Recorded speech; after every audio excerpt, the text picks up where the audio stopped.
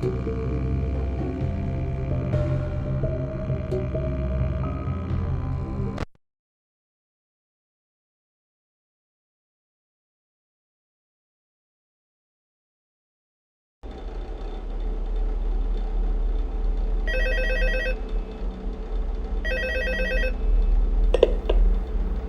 back when I was just a little bitty boy, living in a box under the stairs in the corner of the basement of the house half a block down the street from Jerry's bait shop.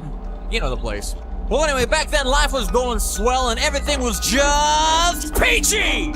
Except, of course, for the undeniable fact that every single morning, my mother would make me a big old bowl of sauerkraut for breakfast. Big bowl of sauerkraut! Every single morning! It was driving me crazy! I said to my mom, I said, "Hey, Mom, what's up with all the sauerkraut?" And my dear sweet mother, she just looked at me like a cow looks at an oncoming train. And she leaned right down next to me. And she said, "It's good for you!" And then she tied me to the wall and stuck a funnel in my mouth and force-fed me nothing but sauerkraut until I was 26 and a half years old. That's when I swore that someday I would get out of that basement and travel to a magical, faraway place where the sun is always shining and the air smells like warm root beer and the towels are oh so fluffy, where the Shriners and the lepers play their ukuleles all day long and anyone on the street will gladly shave your back for a nickel. Waka waka doo-doo, yeah! Well, let me tell you people, it wasn't long at all before my dream came true, because the very next day a local radio station had this contest to see who could correctly guess the number of molecules in Leonard Nimoy's butt. I was off by 3, but I still won the grand prize. That's right, a first-class one-way ticket to Albuquerque! Albuquerque! Oh yeah! You know, I'd never been on a real airplane before, and I gotta tell you, it was really great. Except that I had to sit between 2 large Albanian women with excruciatingly severe body odor, and the little kid in back of me kept throwing up the whole time. The flight attendants ran out of Dr. Pepper and salted peanuts, and the in-flight movie was Biodome with Pauly Shore. And oh yeah, 3 of the airplane engines burned out. We went into a tailspin and crashed into a hillside, and the plane exploded in a giant fireball, and everybody died! Except for me. You know why?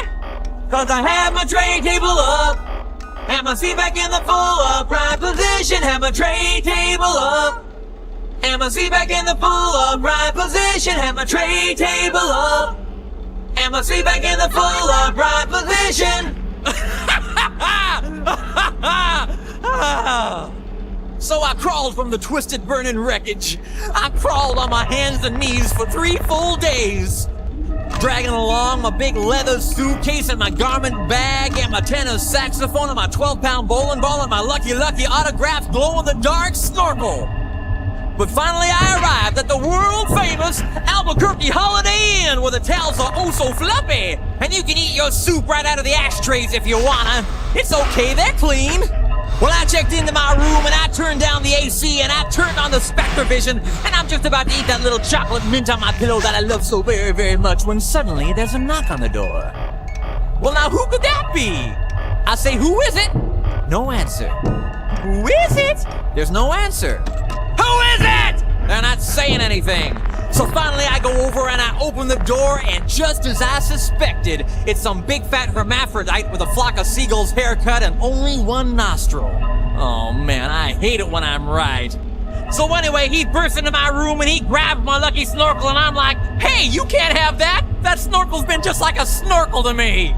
And he's like, "Tough!" And I'm like, "Give it!" And he's like, "Make me!" And I'm like, "Okay." So I grabbed his leg and he grabbed my esophagus and I bit off his ear and he chewed off my eyebrows and I took out his appendix and he gave me a colonic irrigation, if indeed you better believe it. And somehow in the middle of it all, the phone got knocked off the hook.